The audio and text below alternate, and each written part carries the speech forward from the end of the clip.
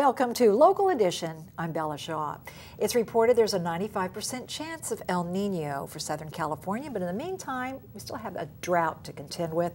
Camarillo Mayor Bill Little joins us, and Camarillo's right in there with the rest of them. You can drive around and see that the landscaping is sort of brown now. The trees are suffering. Well, first of all, thank you for having me.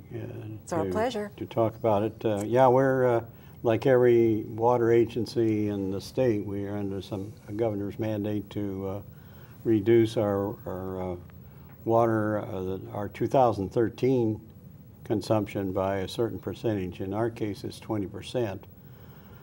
We are now averaging around a 24% reduction.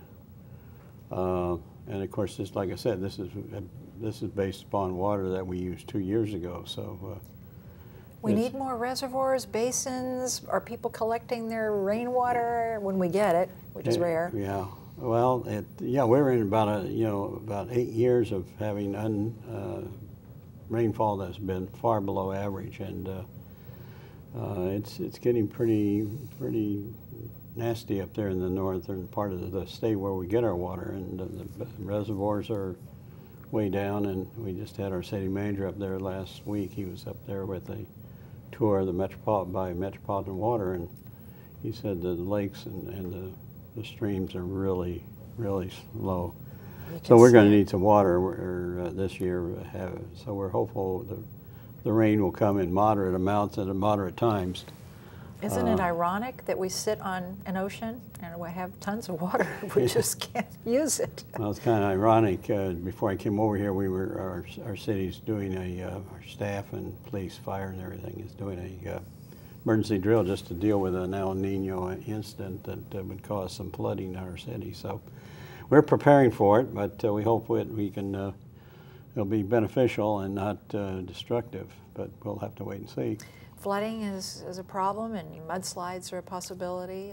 Well, we've of course, had to deal with the Camarillo Springs mudslide that occurred last January or December, and we're still dealing with that on a basis, trying to get some barriers built up in on that mountain to get it protected from further slides. Wow, that was almost a year ago. And how many homes were impacted? Well, there was about 13 or 14 that were either destroyed or damaged. There are now still 5 that we cannot allow to be rebuilt because of the potential of future Had there been a fire area before? Oh, we had that. That's where the Springs Fire was. That occurred in 2013.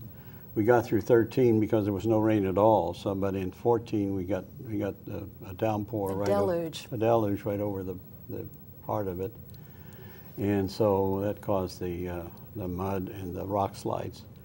So we built some temporary basins up there to stop any future, but they're not going to be adequate if we have a major storm. So we have to go back in and rebuild them and get them.